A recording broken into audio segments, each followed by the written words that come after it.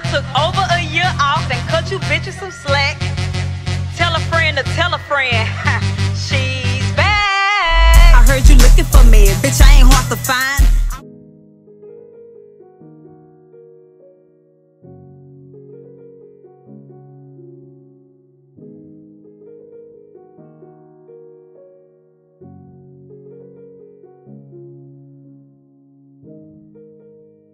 Now, don't get me wrong, I love that the girls are back to remind the world that they still got it. I'm all for it, but for them to sign back with YG, that bag must have been huge, or they had one hell of a sales pitch.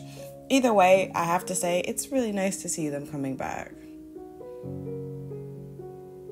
Now, before we get into my convictions, history lesson.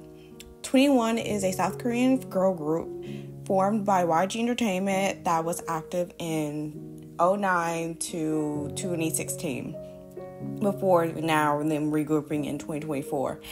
The group consists of 4 members: Bom, CL, Da, and Minzy. They're known for their defying of traditional K-pop stereotypes, musical innovation, fashion, stage project, all that jazz, as well as developing the girl group genre in the Korean music industry and becoming the major factors for the Hallyu wave.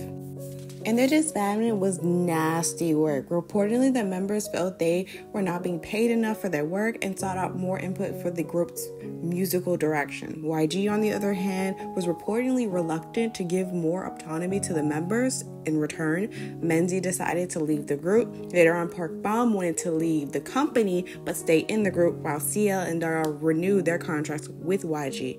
Ultimately, contractual disputes couldn't be resolved, and in November 2016, YG announced that 21 would be disbanded. The members' individual contracts were also terminated at the time. This decision came to a major shock to the group's large fan base and the members themselves, as 21 was still performing well commercially and creatively. Later, in an interview, CL claimed to have found out about the group's disbandment during Thanksgiving with the rest of the media.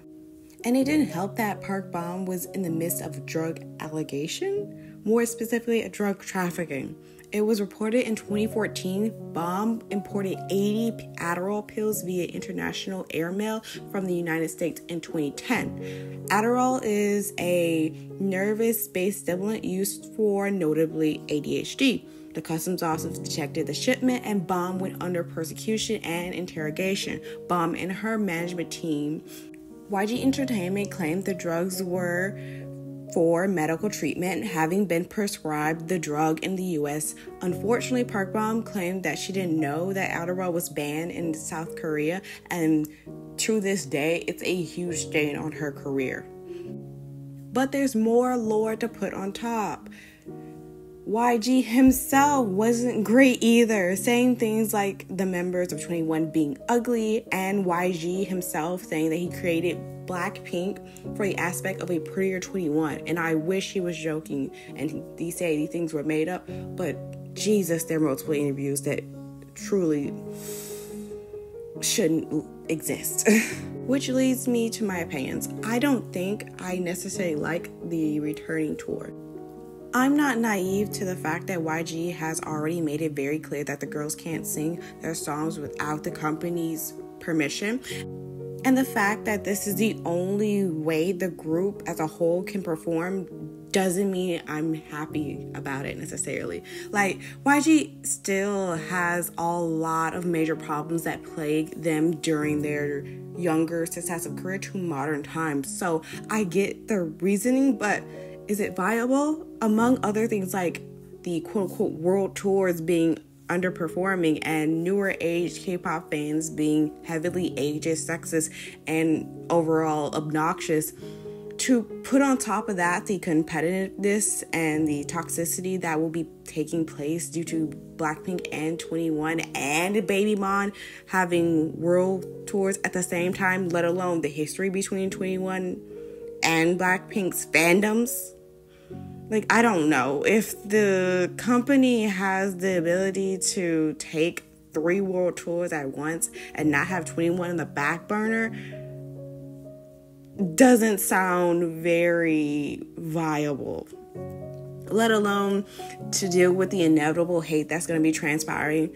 Call me paranoid, but having so many groups gear up for 2025 to be their year, on top of 3 of them being from one company, on top of all 3 fandoms not necessarily having the best standing with one another, along with the potential overlap and bias, and don't let the comebacks be subpar.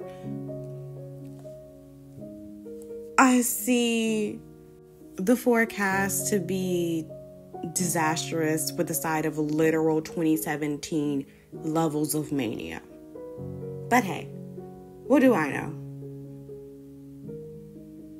Like if you like this video, subscribe if you like my commentary, and leave a comment if your thoughts about this tour and 21 coming back. And most importantly, I'll see you guys in your nightmares. Bye.